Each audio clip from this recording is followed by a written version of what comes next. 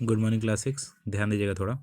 आज पढ़ेंगे चैप्टर 19 जो कि है major domains of the earth. ठीक है, देखते हैं इस चैप्टर में क्या बातें दी गई हैं। तो बता रहे हैं यहाँ पे कि हमारा जो धरती है वो इतना खास क्यों है। तो खास इसलिए है क्योंकि यहाँ पर क्या है, जीवन मौजूद है। साथ ही जीवन होने के साथ साथ इस पे लैंड है, वाटर है, एयर है, और इन सब चीज़ों की मदद से जो ह्यूमंस हैं वो जो है वो क्या बहुत इजीली हमारे इस प्लैनेट पे क्या कर सकते हैं, सरवाइव कर सकते हैं। बाकी प्लैनेट्स पे ये सुविधा नहीं है। बाकी प्लैनेट्स पे सिर्फ प्लैनेट है, ना वहाँ पे हवा है ना पानी है, लेकिन हमारा धरती ही एक ऐसा प्लैनेट है जिस पे सारी सुविधाएं जो है वो क्या है, हमारी मौजूद है। ठीक है, तो जो ज़मीन है जिस पर हम लोग रहते हैं, ज़मीनी हिस्से को, जितना भी ज़मीन है पूरे भारत में, जो भी लैंड का पार्ट है, जो भी ज़मीनी हिस्सा है, उसको हम लोग लिथोस्फेयर कहते हैं। ठीक है, जो हवा वाला है उसको एटमॉस्फेयर कहते हैं। ठीक है, हवा में oxygen, nitrogen, carbon dioxide, water vapour, ये सारी चीज़ें मौजूद हैं। ठीक है, और जो वाटर वाला हिस्सा है, जो भी पानी से रिलेटेड चीज़ें हैं, उसको हम लोग क्या कहते हैं, हाइड्रोस्फेयर कहते हैं। ठीक है, साथ ही जो लैंड है, वाटर है, एयर है। अब आप जहाँ ज़मीन पे रहते हैं वहाँ पे हवा भी है। ठीक है, बरसात भी हो रही है, पानी भी, नदियाँ भी बह रही हैं, और साथ ही ज़मीन भी है, पानी भी है, हवा भी है। तो इसको, जहाँ पर तीनों चीज़ें मौजूद हैं, जहाँ पर जीवन संभव हो सकता है, उसको हम लोग बायोस्फीयर कहते हैं। ठीक है, तो हम लोग कहाँ रहते हैं, हम लोग बायोस्फीयर पे रहते हैं। मान लीजिए आपके पास ज़मीन है लेकिन हवा नहीं है, यानी कि लिथोस्फीयर है लेकिन एटमॉस्फेयर नहीं है, तो सर्वाइव नहीं कर पाएंगे। लिथोस्फीयर है, एटमॉस्फेयर है, लेकिन वाटर ही नहीं है, हाइड्रोस्फीयर नहीं है, तो सर्वाइव नहीं कर पाएंगे, है ना। तो तीनों चीज़ों का होना ही लाइफ को जो है, यानी कि जीवन को जो है यहाँ पर क्या करता है, संभव करता है। तो सबसे पहले जानेंगे लिथोस्फीयर के बारे में। ठीक है, तो जो धरती का जो सरफेस है, धरती का जो ज़मीनी इलाका है, वो जो है वो कितना है, 29% है, और जो पानी वाला इलाका है वो 71% है। यानी कि पूरे धरती पे 71% वाटर है और 29% क्या है, लैंड है। ठीक है, लिथोस्फेयर में लिथो का मतलब क्या होता है, रॉक, और स्फेयर का मतलब होता है डोमेन, यानी कि जगह, यानी कि पत्थर से बनी हुई जगह को हम लोग क्या कहते हैं, लिथोस्फेयर कहते हैं। ठीक है, हमारी धरती पर जो बड़े बड़े जो है वो क्या है, ज़मीनी इलाके हैं, उनको हम लोग कॉन्टिनेंट्स के नाम से जानते हैं। ठीक है, और जो पानी वाले इलाके हैं उनको हम लोग ओशियंस के नाम से जानते हैं। ठीक है, ओशियंस के अंदर भी ज़मीन है लेकिन वो काफ़ी नीचे है, तो हम लोग उसको जो है वो क्या, लैंड नहीं कह सकते हैं, उसको वाटर के अंदर ही रखा जाता है ना। धरती पर अगर सबसे ऊंचे, सबसे हाईएस्ट, अगर ज़मीन की बात करें, सबसे हाईएस्ट पहाड़ की अगर बात करें, तो वो माउंट एवरेस्ट है, नेपाल में है, जिसकी ऊंचाई कितनी है, 8,848 मीटर। ठीक है, और अगर जो है वो कि समुद्र की गहराई की बात करें, तो सबसे गहराई वाला जो जगह है वो कितना है, 11,022 मीटर, जो कि मरियाना ट्रेंच पैसिफिक ओशियन में नोटिस किया गया है। ठीक है, साथ ही जो क्या, जो लैंड है, जो बीच का हिस्सा है, जहाँ पे हम खड़े होते हैं ज़मीनी हिस्से पे, उसको ज़ीरो मानते हैं। ऊपर बढ़ेंगे तो ज़मीन से ऊपर उठ रहे हैं, और पानी के अंदर जाएंगे तो ज़मीन से नीचे की तरफ जा रहे हैं। ठीक है, तो एक एक करके अब हम लोगों को क्या जानना है, सारे कॉन्टिनेंट्स के बारे में जानना है। देखिए यहाँ पर फोटो जो आपके सामने नज़र आ रहा है, इसमें धरती पर जो जो कॉन्टिनेंट्स है, एशिया है, यूरोप है, अफ्रीका है, साउथ अमेरिका है, नॉर्थ अमेरिका है, ऑस्ट्रेलिया है, ये सारा ही कॉन्टिनेंट्स का यहाँ पर आपको तस्वीर दिया गया है। ठीक है, कॉन्टिनेंट्स की अगर बात करें तो कॉन्टिनेंट्स क्या है, कॉन्टिनेंट्स ज़मीन का बड़ा बड़ा हिस्सा है जो कि चारों तरफ से क्या है, पानी से घिरा हुआ है। देखिए जितना भी कॉन्टिनेंट्स है, इसके आसपास चारों तरफ नहीं तो कम से कम किसी न किसी साइड से ये जो है वो क्या है, ओशियन से घिरा हुआ ही है। ठीक है, सात हमारे मेजर कॉन्टिनेंट्स हैं, एशिया है, अफ्रीका है, नॉर्थ अमेरिका है, साउथ अमेरिका है, अंटार्कटिका है, यूरोप है, और ऑस्ट्रेलिया है। ठीक है, ये साइज़ के घटते हुए ऑर्डर में है, यानी कि एशिया सबसे बड़ा है और ऑस्ट्रेलिया सबसे छोटा है। ठीक है ना। अब हम लोग एक एक करके सारे कॉन्टिनेंट्स के बारे में जानेंगे। ठीक है, तो सबसे पहले जानते हैं एशिया के बारे में। तो जितना भी कॉन्टिनेंट्स हैं उसमें से सबसे बड़ा कॉन्टिनेंट जो है वो हमारा एशिया है, एरिया वाइज भी और पॉपुलेशन वाइज भी, यानी कि लैंड भी ज़्यादा है, ज़मीनी हिस्सा भी ज़्यादा है, और जनसंख्या भी ज़्यादा है। ठीक है, इसका लैटिट्यूड्स और लॉन्गिट्यूड्स का एड्रेस दिया हुआ है, हम लोग पढ़ चुके हैं लैटिट्यूड्स और लॉन्गिट्यूड्स के बारे में, है ना। हमारे पूरे धरती का 1/3 यानी कि 33% इलाका ये हमारा कॉन्टिनेंट कवर करता है, और इस कॉन्टिनेंट से ट्रॉपिक ऑफ कैंसर जो है वो क्या है, गुजरता है। ठीक है, कॉन्टिनेंट हमारे नॉर्दर्न हेमिस्फेयर में, हम लोग पढ़ चुके हैं कि धरती को इक्वेटर नॉर्दर्न हेमिस्फेयर और सदर्न हेमिस्फेयर में बांटती है। तो ये जो हमारा कॉन्टिनेंट है एशिया, ये नॉर्थ में ईस्टर्न साइड में मौजूद है। ठीक है। एशिया और यूरोप, देखिए ये जो आप फोटो देखेंगे तो आप क्या देखेंगे कि एशिया और यूरोप सटा हुआ है। तो एशिया और यूरोप के बीच क्या है, तो एशिया और यूरोप के बीच पहाड़ हैं, ठीक है, जिनको हम लोग यूरल माउंटेन्स कहते हैं। एशिया और यूरोप को एक साथ मिला के यूरेशिया भी हम लोग कहते हैं, ठीक है ना।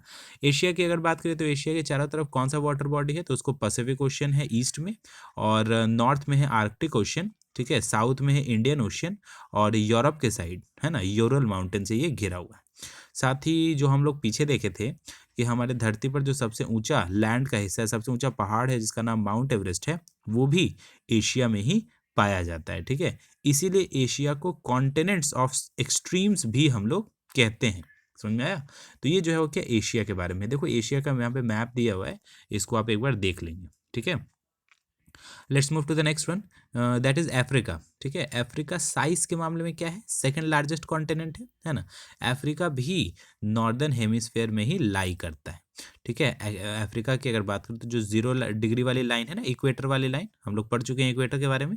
0 डिग्री वाली जो लाइन है वो हमारी अफ्रीका से ही गुजरती है। और ये जो आप मैप में देख रहे हैं अफ्रीका, जहाँ सहारा लिखा हुआ है ना, SAHARA सहारा, वहाँ पर हमारे धरती का सबसे बड़ा रेगिस्तान है, सहारा रेगिस्तान, ठीक है। और ये जो हमारा सहारा रेगिस्तान है, यहाँ से हमारा जो है वो क्या है, tropic of cancer, tropic of Capricorn और इक्वेटर, इस पूरे कॉन्टिनेंट से गुजरता है। सहारा से हमारा इक्वेटर गुजरता है, ठीक है। साथ ही अगर अफ्रीका की बात करें तो अफ्रीका में दुनिया की सबसे लंबी नदी जिसका नाम है नील नदी, ठीक है, नाइल रिवर उसको हम लोग कहते हैं, नाइल रिवर भी मौजूद है। सारा अफ्रीका जो है वो क्या है, मेडिटेरेनियन सी से नॉर्थ में घिरा हुआ है, रेड सी से ये जो है वो क्या नॉर्थ ईस्ट में घिरा हुआ है, ईस्ट में जो है वो क्या है ये इंडियन ओशियन से घिरा हुआ है, और वेस्ट में अटलांटिक ओशियन से घिरा हुआ है, ठीक है। अफ्रीका की अगर बात करें तो 19वीं शताब्दी तक है ना, तुम्हारा जो है वो क्या 19वीं शताब्दी के मध्य तक अफ्रीका जो है वो क्या है, काफ़ी कम लोगों की पहुंच अफ्रीका तक थी, काफ़ी ज़्यादा खोजा हुआ नहीं था। और उसके बाद यूरोपियंस ने इस पर कब्जा कर लिया। स्पेशल अगर अफ्रीका के स्पेशल चीज़ों की अगर बात करें तो दूर दूर तक रेगिस्तान है, बड़ी बड़ी खाइयाँ हैं, सहारा डेजर्ट है, कालाहारी डेजर्ट है, ये सब बड़े बड़े डेजर्ट्स इस कॉन्टिनेंट्स में हम लोगों को देखने को मिलेंगे, ठीक है।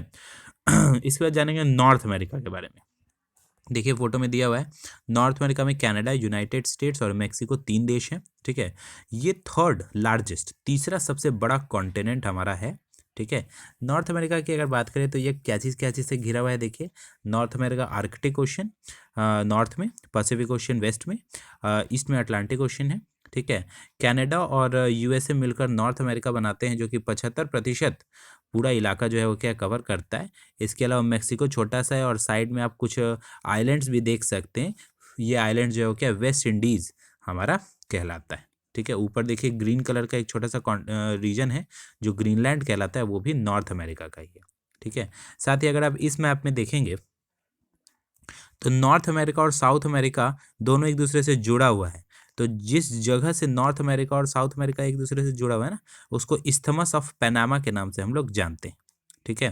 और साथ ही जो है वो क्या है, नॉर्थ नॉर्थ अमेरिका की अगर बात करें तो कुछ इंपॉर्टेंट लेक्स, झील, सुपीरियर लेक है, हॉरन लेक है, मिशिगन लेक है, ईरी लेक है, ओंटारियो लेक है, ये सब जो है वो क्या है नॉर्थ अमेरिका में मौजूद है हमारा, ठीक है। इसके बाद आते हैं साउथ अमेरिका।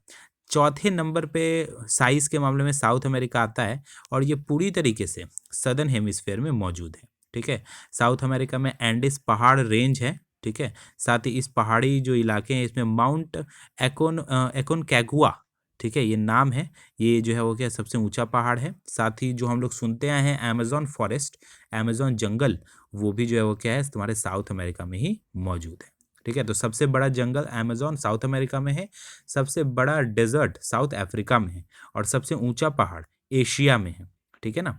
चलिए अंटार्कटिका की बात करें तो अंटार्कटिका 5वें नंबर पे आता है, और ये पूरी तरीके से सदर्न हेमिस्फेयर में है, ठीक है। अंटार्कटिका की अगर बात करें तो अंटार्कटिका पूरा जमा हुआ कॉन्टिनेंट है, यानी कि पूरी तरीके से ये जो है वो क्या बर्फ़ के नीचे ढका हुआ रहता है, पूरे साल इसमें जो है वो क्या ठंड होती है। और स्टडी स्टेशंस बहुत सारे अंटार्कटिका में बनाए गए हैं ताकि वहाँ पर क्या कर सके, रिसर्च किया जा सके, ठीक है। तो आगे देखते हैं, इसके अलावा जो हमारा स्टडी स्टेशन है अंटार्कटिका में, उसको हम लोग मैत्री और दक्षिण गंगोत्री के नाम से जानते हैं। तुम्हारा अंटार्कटिका में इतने सारे रिसर्च, इतने सारे स्टडीज़ होते हैं, इसलिए इसको कॉन्टिनेंट्स ऑफ साइंस भी हम लोग कहते हैं। ओके, इसके बाद जानना है हम लोगों को यूरोप के बारे में। यूरोप की अगर बात करें तो साइज़ के मामले में यूरोप 6वें नंबर पे आता है ना। यूरोप की अगर बात करें तो यूरोप बहुत जनसंख्या के होने के साथ साथ बहुत तरक्की वाला कॉन्टिनेंट भी है, ठीक है। ये पूरी तरीके से टेम्परेट जोन में लाई करता है। इसके आर पार आसपास देखें तो आर्कटिक ओशन हो गया है ना, अटलांटिक ओशन हो गया, मेडिटेरेनियन सी हो गया, ऊंचे ऊंचे पहाड़, राइन नदियां हैं, है ना। ये जो पूरा जो हमारा यूरोप है, ये आसपास नदियों, पहाड़ों और समुद्रों से जो है वो क्या है, घिरा हुआ है। सबसे ज़्यादा तरक्की करने वाला अगर कोई कॉन्टिनेंट है तो वो हमारा यूरोप ही है, ठीक है। तो ये जो है वो कि हम लोग को 6 कॉन्टिनेंट्स के बारे में दिया गया है। एक कॉन्टिनेंट है वो हम लोग आराम से पढ़ेंगे, अगले क्लास में इसको आगे बढ़ाया जाएगा, ठीक है। तो आप अभी क्या करेंगे, यहाँ तक जहाँ तक बताया गया इसको अच्छे से देखिए, ठीक है। और कॉपी में क्वेश्चन आंसर लिखने के पहले आप एक इन वर्ल्ड का फिजिकल मैप, ध्यान रहे, सुनिएगा ध्यान से सभी लोग, वर्ल्ड का फिजिकल मैप आप एक खरीद लेंगे। और जैसे ये सारा कॉन्टिनेंट्स का नाम दिया गया है ना, आप कलर लेंगे, पेंसिल कलर लीजिएगा, ठीक है, वो क्रेयॉन से नहीं कोई करेगा, पेंसिल कलर लेकर आप इसको कलर करेंगे, जैसे अलग अलग रंगों से कलर किया गया है। और जैसे जैसे लिखा हुआ है कॉन्टिनेंट्स, उसको लिखकर क्वेश्चन आंसर वाले पेज के इस क्वेश्चन आंसर वाले पेज के पहले चिपका देंगे, ठीक है। उसका जब इसको हम लोग पढ़ लेंगे तो क्वेश्चन आंसर भेजा जाएगा, लेकिन ये वर्क जो है वो क्या है, आपको लास्ट में दिखाना है, यानी चैप्टर खत्म हो जाएगा तब। अभी आप क्या करेंगे, अभी आप इसको एक बार अच्छे से देखिए, वीडियो नहीं समझ में आया, कहीं दिक्कत है तो आप दोबारा देखिए इसको, और जो भी डाउट होता है उसको पूछेंगे। ओके।